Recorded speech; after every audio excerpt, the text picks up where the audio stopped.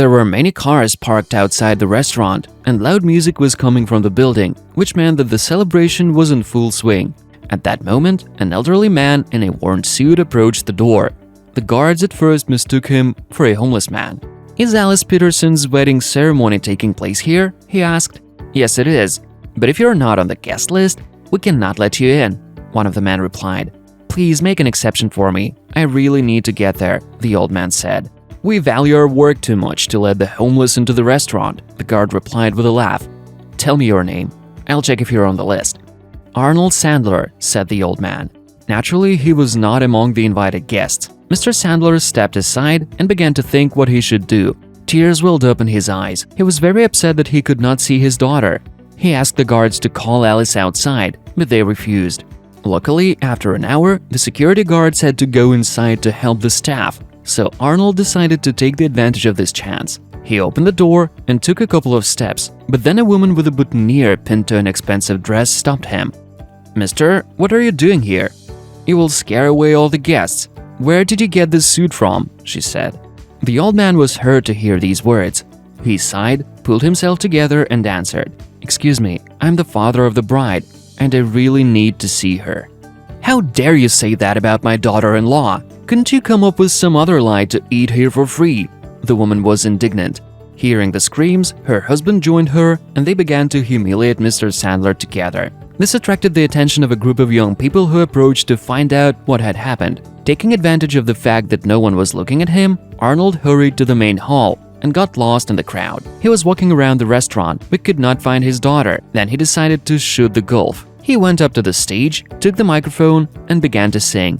All the guests immediately turned to the enchanting sounds of his voice. Nobody knew the words of the song, except for the bride, whose face immediately shone with joy. "Dad!" she screamed and ran to the stage. It was the same song that Arnold sang to her when she was only 5 years old. "I knew that you would find me someday," she said and hugged the old man. Mr. Sandler took a velvet box from his jacket and handed it to his daughter. When Alice opened it, she saw a necklace studded with diamonds. "It's our family heirloom. It belonged to your late mother," Arnold said. On this important day, he did not forget about the groom also. He gave him an expensive watch. The guests watching this scene could not hold back their tears. The groom's parents were also ashamed of their behavior and were looking with admiration at Mr. Sandler.